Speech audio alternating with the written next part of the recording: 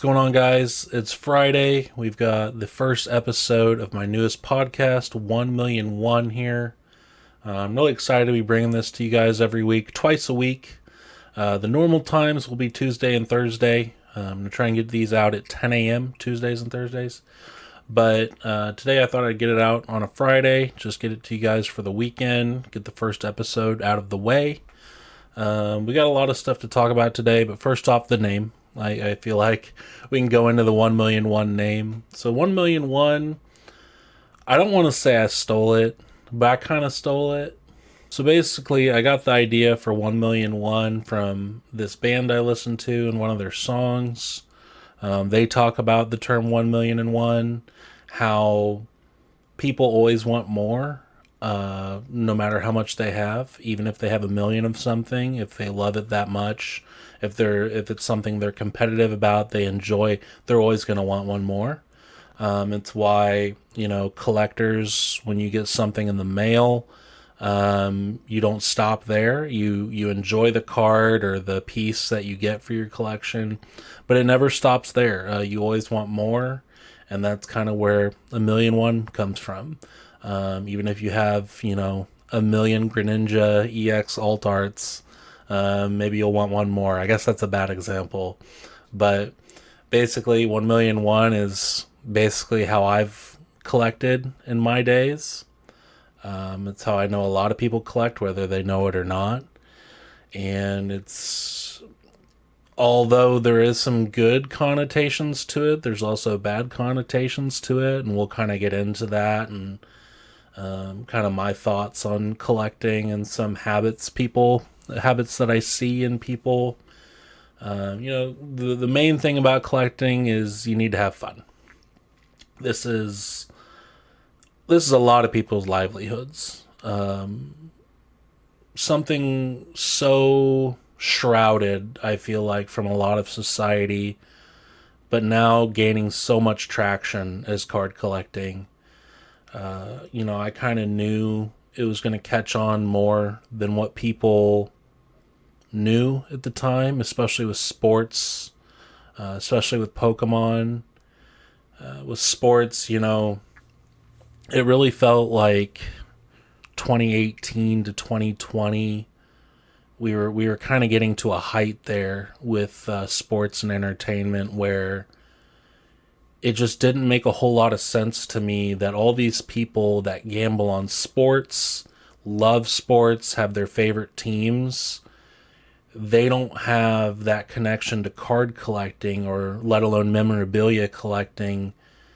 And I feel like that aspect could add to a lot of people's enjoyments of, their sports they like, their teams they like, and their animes they like. It always confused me when I would meet somebody who doesn't collect sports cards but spends pretty much all of their time aside from their full-time job loving sports. It's just it always made me scratch my head, and now over the past 4 or 5 years I scratch my head less because all of those people are now into sports cards. All of those people are now into Pokemon cards, Yu-Gi-Oh cards, what have you. And so it didn't take a whole lot to predict that happening, but it just doesn't shock me that we are where we are. A little background for me, I started out with sports card collecting. I collected TCG back in the day, kind of growing up, shortly, probably around like kindergarten to maybe fourth or fifth grade. And then really sports took over for me. I still played the Pokemon games, some of the Yu-Gi-Oh games, but mostly it was card collecting for me. And so basically my background, the length of my success was collecting a player named Tim Lincecum. My other Instagram, not this one linked, but it's the Tim Reaper, and I collected Tim Lincecum for I still do technically because I still have all my cards, most of them. But I collected him for upwards of 16 years, and he's one of my biggest idols in life. I spent countless hours I worked a lot, even towards the end of grade school into high school, and I did everything to make my collection click and to stay in the competition that was sports cards at the time. And honestly, I lucked out because I hit it at a time where the cards weren't as expensive as they are now. And so my prior accomplishments, I mentioned, I do have the top 10 one of one cards of Tim Lincecum. And really, I don't think I could have even grabbed 5 of them, maybe even a quarter of them, if I would have been collecting in this market. It was just at the right time that everything happened, and I have a lot to show for it because of that, and because of hard work, and because of networking. But there's a lot of things I'll talk about on this podcast that helped me get to that point. I am 27 years old. I'm pretty young to have amassed the 10 cards that I did. But the reason that I mention that is because of techniques I used, kind of mapping out an organization that I used in order to help me get the right things at the right time. Timing is everything, and that's kind of that way in all aspects of life, and timing was really on my side with a lot of these cards. So basically, that was one thing I really wanted to touch on today in the first episode, was how you make a smaller budget. Not that I've had a smaller budget. I've been very blessed with a lot of opportunities I've had in my life, but it's been with a budget of what you would expect a 27-year-old to have. And where I was competing at, it was a budget of, what an 18-year-old would have mowing lawns or working at a sub shop. I made all of that work. And the way I did it was a lot of patience. I didn't do everything right. And that's kind of not like a cop-out to make me not sound as arrogant as I'm saying, hey, I got these 10 cards. Look at me, I did everything right. I did a lot of things wrong. There's a lot of things I would take back that I did. Mainly spending-wise. Sports cards is different than TCG, but there's a lot of avenues that are the same exact thing. And the biggest tip I give people is to understand what 1,000,001 is, and understand that you want to be satisfied. Even in a hobby, that satisfaction is impossible. I'm here to say it is very possible. I mentioned I stopped collecting Lincecum. Now, I got the 10 cards and then I got out. I said I got to a point where there's nothing I'm going to get beyond these 10 cards that are going to be better than what I already have. And there's no point in me going on and furthering it and pushing the envelope more when there's other hobbies I have and other avenues I have where they're not as important to me. Obviously, if I put in all that work, this was the most important thing to me. But I got to a point where satisfaction was tangible. And so you want to go towards the things you want the most. People do sets, people do binders, people do all sorts of different things. Ripping packs open, kind of like I do on my channel now. I wouldn't touch packs with a 10-foot pole. If you're trying to accomplish your dream card one day, whatever that is, Espeon Gold Star, Michael Jordan autograph, BGS 10, whatever it is, whatever you see in the distant future as your goal, you need to put that first. And you need to make that your first objective, because the market, look at my story. like I said, I wouldn't have been able to get a quarter of these cards that I got if the market was what it is right now. And so right now, when you're evaluating what cards you want to get, you want to go after the best of the best that you can get. And especially if you have those aspirations for those big cards. Now, if you're a binder person, if you're a set building person, all the power to you. You don't have to go for big, crazy cards. But even those people, when you're building a set, sometimes there's a persuasion people get to go small first and build their way up. Well, if there's a card in the set that's harder to get, Pokemon's a little bit different because you can pretty much always get it. But you want to go for it first. And especially in like the sports card collecting world, you want to go for the one of one first. You want to go for the /5 first because your opportunities just dwindle. There's so many people out there that collect now, and especially for one of a kind stuff, if you are going after this and somebody else gets it, they might never want to let it go. That was something I had to deal with on a lot of my cards. And I just always knew that there's a pecking order to things. And so really it's good for your money as well. You spend your money where you want to spend it first and then let the rest come after that. So really my biggest first tip I'll give on this podcast is find out what you really want. And again, the first thing you need to do is have fun. That's the most important part. As long as you're having fun, you're collecting correctly. That's area number one.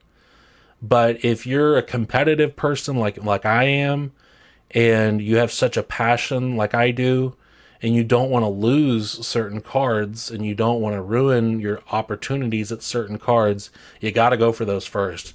And that requires patience. You might have to give up on some other cards that, something pops up that's cool on eBay. You may have to just use patience and put that one off, put that one to the side. And it's easier said than done, right? And it's complicated, but it's what makes it fun, and it's what makes it a challenge. And so, yeah, my tip would be that, and just understand your tendencies and the human tendencies to always want more. And once you're able to really understand yourself and what your goals are in collecting, and I'm making this is card collecting. This is pieces of paper with ink on them. We're talking so serious. It's like we're talking about a job we're working on. Like, what's your long range goal? It is serious, and it's a lot of the reason that I got into content creating with this is because I noticed that this stuff is so important to me, and I work a full-time job as well. And a lot of the time, as much as I love my job, a lot of the time I'm thinking about this stuff there. And then what do I do when I get home? I think about this stuff. So, it's all up to you. It's really all up to you how you collect and how much passion you put into it. Every day is not promised. And so if you love something, you got to love it. Just do everything you can to love it and enjoy your time with it. And so I'm a big buyer in that, and I'm a big buyer in that, time is valuable and money is valuable. And so again, roping all of that into one, my biggest regret from all my years of Lincecum collecting is the money I spent on smaller cards. Obviously, I did have a rate of return on a lot of them. I made money on a lot of those cards, but a lot of them I didn't. And some of them I had to take losses on at certain times because, so basically a lot of the purchases I regret while Lincecum collecting were smaller cards that, I have a chance for all the time down the road. $10 here, $20 here, $40 here. That stuff adds up so fast. And so understanding that output sooner, I think that would have helped me a lot. Because really, the stuff I ended up wanting in the end was the best stuff. Because why wouldn't you want the best stuff? When it's such a passion for you and you have such an understanding and appreciation for the rarities of certain things. I wanted, the best of the best. And so I really wish I wouldn't have nickel and dimed myself to a point where I would have to sell that stuff, because what it ended up being is the philosophy I started using was I would want a card that came up so bad, and I was only working like 25 hours in college. And then school on the side, I didn't have room to work more, and I didn't have the credentials to make more, not necessarily, but really I had to sell stuff that I already had, that I had already paid for, and bolster some of the bigger purchases I wanted to make. Now, that can work in your favor if cards go up in value, but if they just stay the same, you're really just costing yourself money, because you got shipping on top of stuff, the tax you'll end up having to pay. There's just a number of things there where if I would have just saved that money and then gone after the big card, it would have saved me a lot of time and money. But sometimes that can work to your favor, a time where it did work to my favor, or a time where I believed in my luck, I guess, more to my favor, is one of my favorite stories from sports card collecting. It is about this card here. It is the Tim Lincecum 2009 Topps Unique Logo Man autograph. It is one of one, as you see there in the corner. But it's just a gorgeous card. It's his first Logo Man autograph card. And so basically with this card was in the US for a long time. It was owned by a collector I knew. He sold it on eBay. I couldn't afford it at the time, and I couldn't see it at the time. It was only on eBay for a matter of seconds. This was in 2013, so 4 years after the card's release. So basically what happened was this card was sold and went to South Korea. And so way overseas. And so obviously right then and there, it's astronomically unlikely that I ever get this card. This card is a top 10 card, perhaps top 7. The value of this card is around $8,000 to $10,000. And there's a number of aspects to why that's the case. Mainly because he has 4 Logo Man autographs. I have 3 of them. All of them are one of one. And basically, that's basically the rate of them. I've traded for a couple. I've sold off cards to get a couple. And that's the market for his Logo Man autographs. So, and then the one I don't have, that one sold for like almost $6,500 itself. And that was not to me, that was to somebody else on eBay. So these are very, very sought after cards, this one being the best of all of the Logo Man autos. And so in South Korea, when it was up there, I had basically one of my rivals, my buddies. He was really trying to get the card as well. We were kind of the 2 biggest Lincecum collectors there is. And so we were both kind of having a silent war, if you will, to try and see who could get this card, who could find it. While it was in South Korea, we found it on a website. I found it on a website. And I had a pen pal over in that area, and so I sent him the website and asked him to translate it for me, see if I can get any contact information. It's, CIA type stuff. And there was no There was no luck there. And so we both kept looking for the card, reaching out to people about the card, posts on blowout forums, Instagram, Twitter, Facebook. We were looking for the card. So basically one day I get a text message from a buddy of mine, and it's an eBay link. I checked eBay. At that point I was checking eBay 30 times a day at least, just to make sure nothing crazy gets popped up and I miss it. And so, and yes, that's an alarming rate to check eBay, but it's what I had to do to keep in the competition. And so I get this eBay link from my friend, and it's this card, and it's listed from Canada. So this card's been all over the globe, and I don't have a play on this card. I know somebody, the other guy that wants it really bad. I know he really wants it, and I know he's willing to go to lengths that are just larger than what I can go to, especially at the time, not only working part-time. I just couldn't afford a card like this. Even if I used the method of selling parts of my collection, I wouldn't have the time, because once that card hits newly listed, I have so little time to act and try to get this thing off of auction. I have to get it off of auction. So that's the first thing that popped in my head, is I know I don't have the strength or power, the financial power to get this card, but I have some power. And so maybe this person doesn't know what this card means to a lot of people. Maybe they have, their amount they want to get for it, and they're fine with that.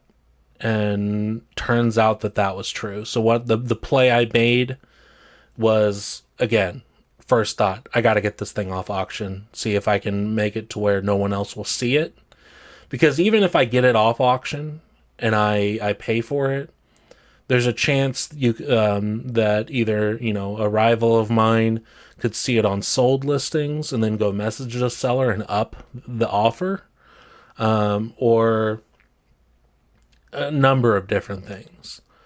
So the first thing I did was I messaged the seller and I said, hey, big collector of Tim Lincecum, I want this card really bad. I've looked for it for a long time. Would $420 get this card off of auction, and do buy it now on it? And really, when I did that, I didn't know what to expect. But I've never been someone that doesn't feel lucky. I feel like, if you're above ground, you're lucky. And so I made a play on it. And I got a message back very quickly, and it said, yes, I will take it off auction, and I will take $420. Mind blown. Blown. Couldn't believe my eyes. And so now these plans are keeping going, because now what the thing is I'm going to pay for the card. And then once it's paid for, I need to make sure no one knows about it. And so I messaged the seller, I pay for it, it's listed again, which 2 listings went past my rivals to get this card, which is just fate. It was just fate. And I messaged the seller again after I pay, and I said, hey, thank you for the deal. Shoot me tracking whenever. I only ask that you keep my name out of this, and I want to remain anonymous that I got this card. And really that was to kind of protect me in a way, and make sure that, if someone does message and want to find it, I can't really be bothered, or, what have you, a whole different amount of things. And so now what I'm, crossing my fingers on is this card needs to ship. And I need it, the tracking got uploaded, but I need to see that it's scanned in. Because as long as this seller has this card in his hands, I don't know if I'm still going to get this card, because it's such a high valuation for this card. Now, to preface this, before everybody points their finger and says you took advantage of this guy or you ran a scam here, it wasn't. We made a deal. We're adults, and this is the best place for this card to go. I didn't buy this card to make profit off of it. This card's been in my possession for nearly 7 years, and it's never going anywhere. And before you guys raise up to that, let's just lay that to rest, because prices for one of one cards are so all over the place, and it was just my knowledge of certain prices people would go to for this card that's the only reason I think it's that valuable. And now, of recent sales, you can see it is that valuable. But it was really just a deal we made. We were both happy with the deal, and that's what counts. But regardless, I needed the tracking number to post, and I needed it to scan in. And once it's scanned in, I can't even describe how excited I was to get this card. I did it. I can't believe I did it. And I still don't believe it happened. It's just one of the luckier deals I've ever run into in my entire life. There's been others, but this one definitely takes the cake on probably the best deal I've ever gotten on a card. And it will probably always be that way. Well, not necessarily. We'll get into that later. I'm ignoring a very big one. But regardless, I'm very thrilled with that. And it just goes to show that, not to be cliche, but you should never count yourself out of a deal, ever. There's so many things you can do to give yourself a shot at getting cards you want. You just have to think about it. You have to be smart about things. You have to do your research. You have to plan things out, So no matter, what situation you're in, you can make a card work even if you don't think so. Now this was a very low odds dealio here. This is something just unprecedented. But again, that stuff happens. Network, talk to people, message the people on eBay or wherever, make friends. And you don't have to be fake about it. A lot of people make networking connections and it's just kind of your acquaintance. They make acquaintances. It's just strictly a business aspect. There's just great people out there. And that's always going to be. There's bad people out there, absolutely. But there is great people out there. And I'm an introvert myself. I'm that old kind of adage that I'm an introverted extrovert.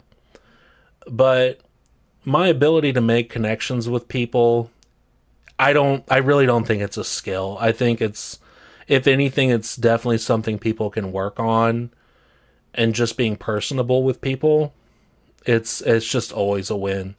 Because regardless if it's for profitability or for like future bonds or relationships for your business, regardless, having good people in your life there's such a demand for it, and it's a demand that some people ignore, and it's a blessing to have. And so reaching out, making connections, finding people that you get along with, that get along with you, that understand you, that you understand, just finding like-minded individuals in this world, it's a big deal. And obviously diversity goes into that, and understanding your biases and understanding, things that you can improve, different ways you can think. All of that's wrapped in there as well. And we'll get into all of that as well. But really for today, I just kind of wanted to talk about, the state of things, state of the hobby, things I've noticed coming into the TCG world, and really kind of like a bio for me, where I come from, what I'm doing now, It's just it's a work in progress. And for this first episode here, I'll ramble a little bit. We'll get we'll get things going. We'll get things more organized over the next few weeks with these podcast plans. We'll obviously have some people on. I'm really excited about that. Um, I have a lot planned for this. I plan to talk about a lot of important stuff on here, and we're gonna have a lot of fun. Um, but I'm hoping I can bring you guys the best stories I can. Again, I've collected Die Hard. I've been a Die Hard collector. I don't collect Die Hard the movie. I've been a Die Hard collector for 20 years now, and I have quite a bit of tales to tell and stories to share, unsolicited advice to give, and just fun to have. I I'm kind of really enjoying getting into this YouTube stuff and the social media aspect of stuff. And I really got into it to. I want to say I got into this stuff to get out of it, if that makes sense. I don't like spending a lot of time on my phone. I think it's a weakness of my generation. It's very old of me to say, but I like spending my time on things that bring me the most joy. And a lot of the time, for a lot of people, the doom scrolling, if you will, it eliminates time that I want to spend doing stuff I love, like video games, Legos, card collecting, spending time with my girlfriend, my dogs. All the time I spend on my phone, it's not that. And a lot of the time, it's spending time on your phone. It's used to cope. It's used to kind of relax in a way that I like relaxing in ways that are also profitable to me. Advancing my video game progress, buying, selling, trading cards, like I said, and all sorts of things like that. And all the time I spend on my phone, it's just not that. So, really, I got into this to get out of that. Really, this has made a way where I can spend time on my phone and enjoy other people's content and take notes from it now, and also create mine and try and build, my business and my brand and all of that. And so that's kind of one of the reasons I got into this stuff. And I just believe I have a lot of stuff to share. I don't want to say this is me giving back, because I'm gaining from this too with how much fun I'm having. But I definitely think I can give some stuff back with certain areas of expertise that I may have on some of these things. So really, the plan for this podcast is not for it to be just a talking head the whole entire time. I would hope that I got the handle down there, I got my QR code, and I got my logo. That's kind of what I'm begging for, is a talking head program. I'd like to make it something different eventually, maybe like kind of like a live show I do where it's during hours of me working, like on sorting cards, listing cards, building Legos, like stuff like that isn't just a talking head, and you guys can enjoy it just kind of watching kind of like the process and stuff like that, just to relax. But eventually that's what I would like to get to. But for now and for today, I felt like this was a good approach. You guys see we got the new setup in the back here. A ton of bricks. I don't know how many bricks are back there, but a lot of Pokemon. A little bit of Star Wars. I'm dabbling in Star Wars now. And we got a guitar. Wrong. Guitar. Wrong hand there, right from left. And what else we got? We got a coaster. You can't really see it up there. I gotta get better lighting in the shelves. But we got a lot of fun stuff up there. We got a lot of fun stuff to build too. So that's going to be coming to the channel soon. So with that being said, My experience with TCG so far has been interesting.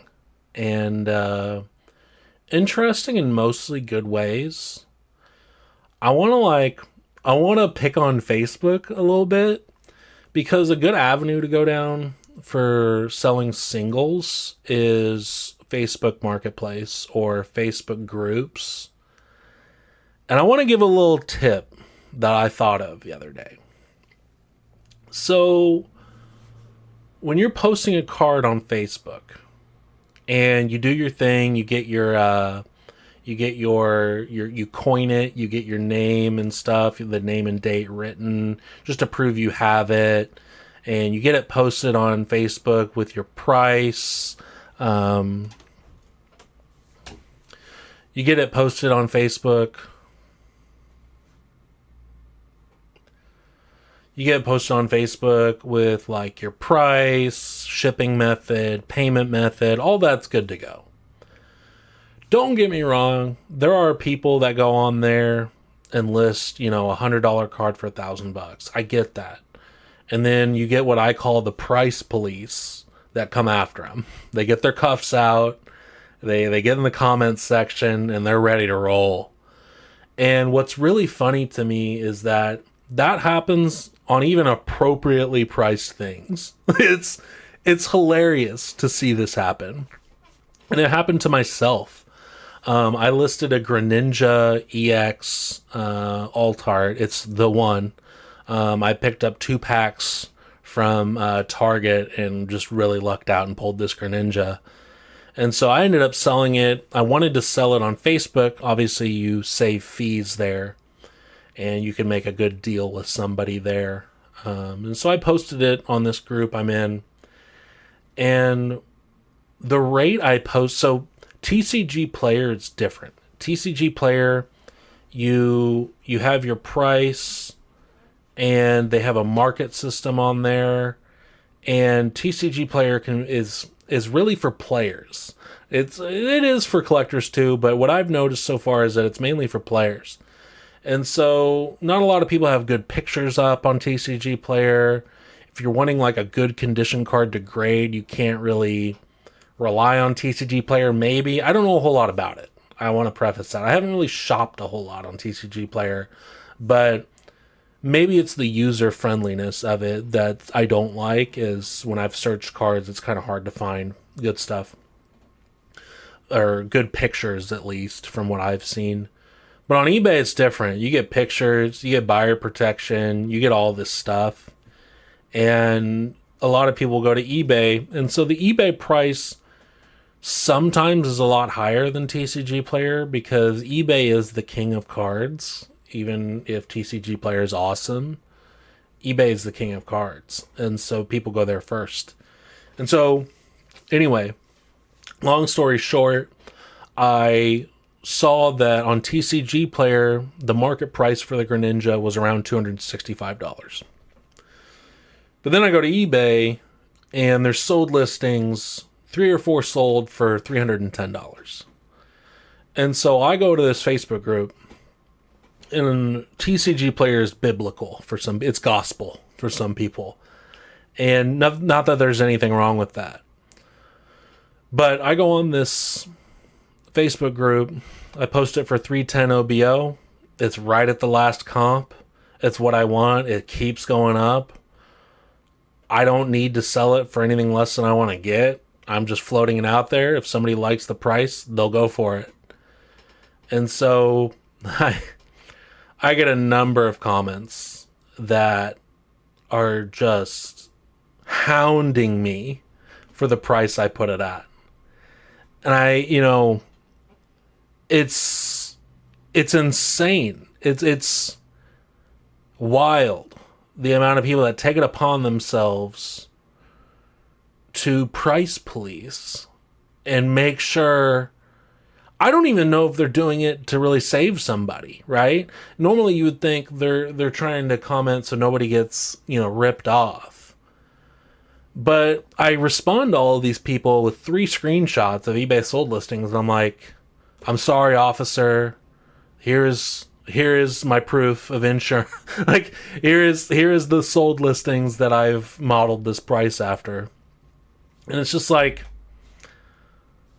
why? You know? Why comment on it? And so anyway, my tip is, I see this happening so often in all of the groups, and just the amount of negativity that goes on. That's the internet. But something that might save you, that I'm going to do next time I post on Facebook groups or Marketplace, I'm going to put the price, right? And the only reason I would look at comments is to see if somebody offered in the comments or claimed in the comments. But here's a little tipsy poo for you. Post the price, how to buy it, Venmo, PayPal, shipping cost, whatever. And then put little asterisks, DM me to claim. And that way, you don't even have to look at the comments, right? Right? It's kind of like that old meme for like cyberbullying, and this is not true at all, but people are like, how is cyberbullying even a thing? Just don't look at the screen. And it's comical, but it's kind of the same thing, right? Just tell them to message you directly, because I guarantee it. Now, and this is going to sound like one of those guys like, oh, you wouldn't say that to my face. Well, they wouldn't. That's why they're in the comments section. I guarantee you, if you put DM me for purchases or inquiries, or DM me for to claim, no one is going to DM you and be like, bro, that price is dumb. No one's going to do it, because then they have to have a one-on-one conversation with you, and they're not going to do that. They'll do it in the comments, but they won't do it to you. So mark that on your Facebook posts, because it might save you some energy. It might save you some reading, and it might save you some brain cells, I guess, right? But it is what it is. It's something you got to deal with as a seller, and the price police are always out there. They're looking for you. So it's kind of something that you just kind of got to live with, But anyways, guys, that's it for today. I rambled on a bunch. We're going to have another Yu-Gi-Oh! Booster box tomorrow. Looking forward to that. I think we're going to do Duelist Nexus, because, listen, I'm newer to this whole YouTube thing and busting packs thing. I got a good deal on a Lightning Overdrive box. Lightning Overdrive is supposed to be tomorrow, but I was just kind of casually searching eBay, and the collector's cache I go to get my boxes, this box is $65, and on eBay I just got one that's $41. So we're just gonna kind of do a little flipsy on this week's booster box tour. So I think we'll do Duelist Nexus tomorrow and get that box in. I will buy that from Collector's Cash. Not saying their price is wrong. I just got a really good price. So you have to do your best to save money in areas, and so that's what I'm doing. But I'll still go to them for the Duelist Nexus box. We got tins coming up. The Duelist Mirrors tins. A little treat for you. A fellow friend on YouTube, much bigger than I. This guy's been doing YouTube work for a number of years. Tons of subscribers, just such quality he puts out. Man, I love watching his videos. He just does so much product, and it's kind of like what I do, but just a bigger scope.